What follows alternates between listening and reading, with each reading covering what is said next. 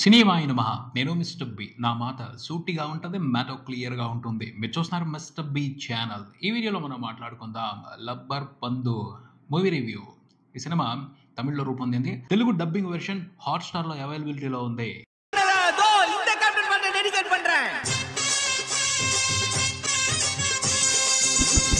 అతను ఔట్ అయ్యాడు. అయినా కూడా నవ్వుకుంటా వెళ్తున్నాడు. ఎందుకో తెలుసా? అదో సరదా.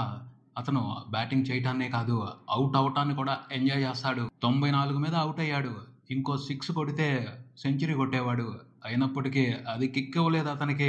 ఇలా ఔట్ అవ్వటమే కిక్ ఇచ్చింది. ఎందుకంటే అతను వికెట్ తీయటం కోసం బౌలర్లు నానా కష్టపడ్డారు. అదే అతను సెంచరీ చేసిన తర్వాత వికెట్ పడితే వాళ్ళకంత సంతోషం ఉండదు. సెంచరీ చేయనివ్వకుండా వికెట్ తీసాం కదా అని వాళ్ళు సంతోషపడతారు. అది అతనికి కావాలి. ఎందుకంటే వాళ్ళ కష్టానికి అతను రెస్పెక్ట్ ఇస్తాడు. తన వికెట్ తీయటం మూలంగా బౌలర్ సంతోషపడతారు చూడండి, దాన్ని అతను ఎంజాయ్ చేస్తాడు. అదో రకమైన ఆనందం అతనికి. దాన్ని గొప్పగా ఫీల్ అవుతాడు. దీన్ని బట్టి అర్థం చేసుకోవచ్చు అతను నార్మల్ కాదు, డిఫరెంట్ క్యారెక్టర్ అని. అతని పేరు శేషు. మామూలు పెయింటర్. కానీ క్రికెట్ విషయానికి వస్తే తనుంటున్న చుట్టుపక్కల ఓ పెద్ద స్టార్. బ్యాట్ పట్టుకుని పిచ్ మీద ఆడటం మొదలు పెట్టాడు అంటే, బాల్ అతని బ్యాట్కి తగిలిందంటే 2 తాడి చెట్లంత ఎత్తు ఎగిరి ఆ తర్వాత 6 పడుద్ది. అది అతని ఘనత. ఆ రేంజ్ లో బాల్ ని బాది పారేస్తాడు. పోతే అతని క్రికెట్ కథ కాదు ఈ సినిమా, అతని ఈగో కథ. శేషు వయసు పెద్దదే, గడ్డం కూడా నెరిసిపోయింది. అయినా క్రికెట్ ఆడటానికి సంబంధించి అతన్ని వాడి తగ్గలేదు. బాగా ఆడటమే అతని గర్వం, బాగా ఆడటమే అతని ఈగో. అలాంటి ఈగోని ఎవరైనా టచ్ చేస్తే హర్ట్ అవుతాడు కదా. ఒక కుర్రోడు శేషు ఈగోని టచ్ చేశాడు. అతను కూడా క్రికెటరే. అతని పేరు అభి. పోతే అభిక్ కూడా ఈగో ఉంది. వీళ్ళిద్దరి ఈగో క్లాషే ఈ సినిమా కదా. ఎవరి మధ్యనైనా ఈగో క్లాష్ వస్తే ఒకరికొకరు దూరంగా ఉంటారు, లేకపోతే ఒకరినొకరు అవాయిడ్ చేస్తారు. అలా జరిగిపోతే ఏ ఇబ్బంది ఉండదు. ఇంకా ఈ సినిమా గురించి మనం మాట్లాడుకోవడానికి కూడా ఏమీ ఉండేది కాదు. వాళ్ళిద్దరూ ఈగో ఉన్నప్పటికీ ఒకరినొకరు ఫేస్ చేయాలి, ఒకరితో ఒకరు కలిసి ఉండాలి. అది పరిస్థితులు వాళ్ళిద్దరిని అలా ముడిపెట్టాయి. అదే ఈ సినిమాకి సంబంధించి మ్యాజికల్ ఎంటర్టైన్మెంట్. తమిళంలోనే పార్కింగ్ అనే సినిమా వచ్చింది. అలాగే మలయాళంలో అయ్యప్పనం కోశ్యం సినిమా వచ్చింది. ఈ 2 సినిమాలు కూడా ఈగో క్లాష్ నేపథ్యంగానే నడుస్తాయి. ఈ లబ్బర్ పందు సినిమాలో కూడా మెయిన్ థీమ్ ఈగో క్లాషే. ఈ 3 సినిమాల్లోనూ ఈగో క్లాష్ పర్ఫెక్ట్ ఇంటెన్సిటీతో ఉంటది. కాకపోతే ఆ 2 సినిమాలతో పోల్చితే ఈ సినిమా ఎక్కువ మందికి కనెక్ట్ అవ్వచ్చు. ఎందుకంటే సింపుల్ గా ఉంటది, ఆ పైన క్రికెట్ నేపథ్యం ఉంది. సినిమా అయితే చాలా బాగుంది. ఒకసారి చూడటం మొదలు పెడితే స్క్రీన్స్కి స్టిక్ అయిపోతాం. నేనైతే ఓ మ్యాజిక్ అబ్జర్వ్ చేశాను. మధ్యలో వచ్చినా కూడా చిన్నపిల్లలు ఈ సినిమాని చూడటం మొదలుపెట్టి అలా అతుక్కుపోయి లీనమైపోయి సినిమాని చూస్తున్నారు. అంటే అర్థం చేసుకోవచ్చు సంథింగ్ మ్యాజిక్ ఈ సినిమాలో ఉంది అని.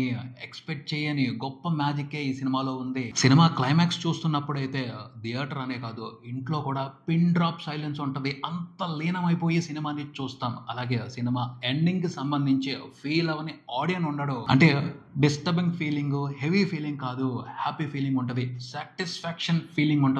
చాలా నార్మల్ సింపుల్ స్టోరీ ఇది. స్క్రీన్ ప్లే లో కూడా ఉరుములు మెరుపులు పిడుగులు ఏమీ ఉండవు. చాలా వరకు రెగ్యులర్ సీన్సే ఉంటాయి. అయినప్పటికీ మెస్మరైజ్ అయిపోయి చాలా సీన్స్ ని ఎంజాయ్ చేస్తాం. ఈ కథలో ఒకటి స్పెషల్, శేషు క్యారెక్టర్. మిగతా క్యారెక్టర్స్ అన్ని నార్మల్ గానే ఉంటాయి. అయినప్పటికీ ఈ సినిమాని ఒక హ్యాపీ ఫీల్ తో చూస్తాం. సినిమా కంప్లీట్ అయిపోయేప్పటికీ ఒక పాజిటివ్ ఫీల్ వస్తుంది, ఒక పాజిటివ్ ఉత్సాహాన్ని ఎంజాయ్ చేస్తాం. ఇంత పాజిటివ్ గా సినిమా ఎంటర్టైన్ చేయడానికి కొన్ని విశేషాలు ఉన్నాయి. వాటి గురించి సింపుల్ గా చెప్తాను.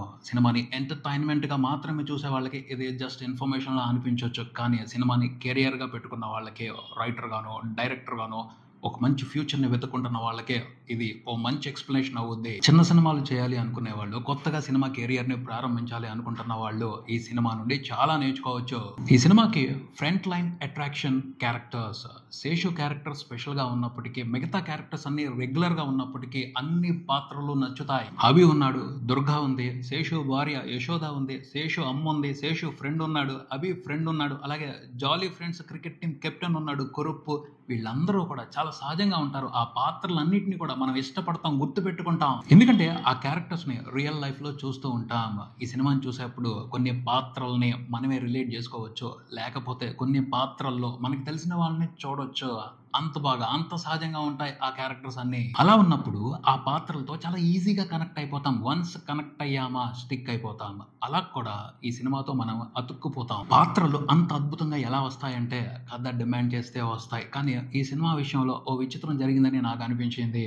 ఈ సినిమాలో పాత్రలు కథను వెతుక్కున్నాయా లేకపోతే కథ పాత్రలని వెతుక్కుందా అర్థం కాలేదు. అంటే కొంతమంది పాత్రల కోసం కథ రాస్తారు, కొంతమంది ఏమో కథ కోసం పాత్రలని సృష్టిస్తారు. ఈ సినిమా విషయానికి వచ్చేప్పటికి ఆ రెండు చాలా బ్యాలెన్స్డ్ గా జరిగాయి అని అనిపించింది. తర్వాత తెలిసింది ఏమిటి అంటే ఈ సినిమా డైరెక్టర్, ఈ సినిమాతోనే అతను డైరెక్టర్ గా పరిచయం అయ్యాడు. తమిళరసన్ పచ్చముత్తు. అతను ఈ సినిమాని రూపొందించడానికి ఇన్స్పిరేషన్ మలయాళంలో వచ్చిన అయ్యప్పనం కోశం మూవీ అట.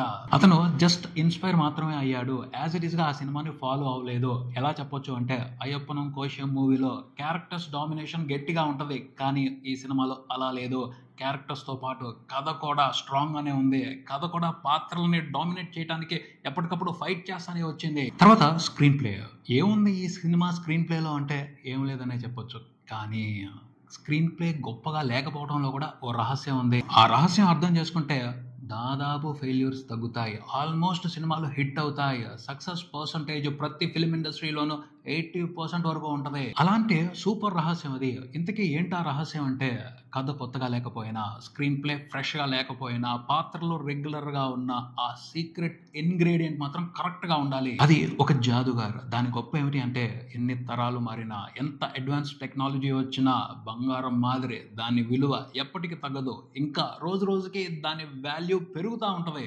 ఏంటా సీక్రెట్ ఇంగ్రీడియంట్ అంటే ఎమోషన్. అమరన్ మూవీ ఇప్పుడు ఇంత పెద్ద సక్సెస్ అవడానికి కారణం ఏమిటి? ఎమోషనే. ఈ సినిమాకు కూడా ప్రధానమైన బలం ఎమోషన్. ఫస్ట్ టైం డైరెక్టర్, కానీ ఫస్ట్ సినిమాతోనే అతను ఇచ్చిన బ్యాంగ్ మామూలు బ్యాంగ్ కాదు. ఒకటి కాదు, రెండు కాదు, చాలా ఎమోషన్స్ పెట్టుకున్నాడు తను రాసుకున్న కథలో. విలేజ్ లో ఉండే మనుషులకి క్రికెట్ తో ఎలాంటి అనుబంధం ఉంటది, దాన్ని చాలా రాగా ప్యూర్ గా చూపెట్టాడు. ఆ పైన భార్య మీద భర్తకి ఎలాంటి ఎమోషన్ ఉంటది, భర్త మీద ఓ భార్యకి ఎలాంటి ఎమోషన్ ఉంటది, తండ్రి కూతుళ్ళ మధ్యన ఎలాంటి ఎమోషన్ ఉంటది, లవర్స్ మధ్యన ఎలాంటి ఎమోషన్ ఉంటది, అత్తా కోడళ్ళ మధ్యన ఎలాంటి ఎమోషన్ ఉంటది, కుల వివక్షత, దానికి సంబంధించిన భావోద్వేగాలు ఊర్లలో ఎలా ఉంటాయి, జెండర్ అన్ఈక్వాలిటీ, మగ ఆడ తేడా, పైన హ్యూమానిటీ, మంచితనం, ఇలా ఎన్నో ఎమోషన్స్ ని తన స్క్రీన్ ప్లే లో ఇన్వాల్వ్ చేసేసాడు. ఇన్నున్న వీటికంటే కూడా చాలా పెద్ద ఎమోషన్ ని పట్టుకున్నాడు. అదేమిటి అంటే ఈగో.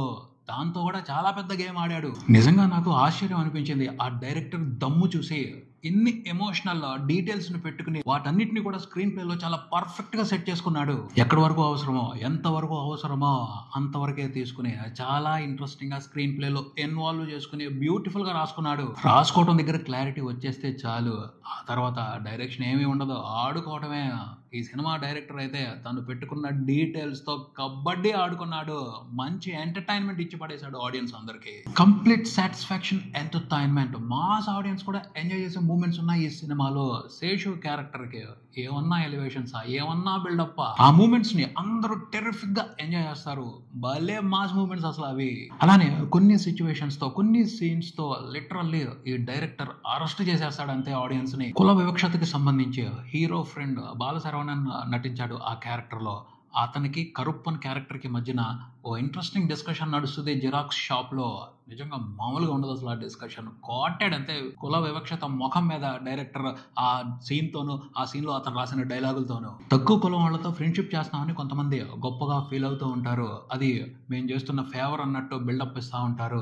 అలాంటి వాళ్ళ మీద, అలాంటి మనస్తత్వాల మీద స్మార్ట్ గా కొట్టాడు. యాక్టింగ్ చేయొద్దు, నిజాయితీగా ఉండండి అని అలాంటి వాళ్ళకి సూపర్ క్లాస్ పీకాడు. నాకైతే భలే అనిపించింది. అతని మెచ్యూర్డ్ రైటింగ్ చూసి హ్యాట్స్ ఆఫ్ చెప్పకుండా ఉండబుద్ధి అవ్వలేదు. Hats off boss.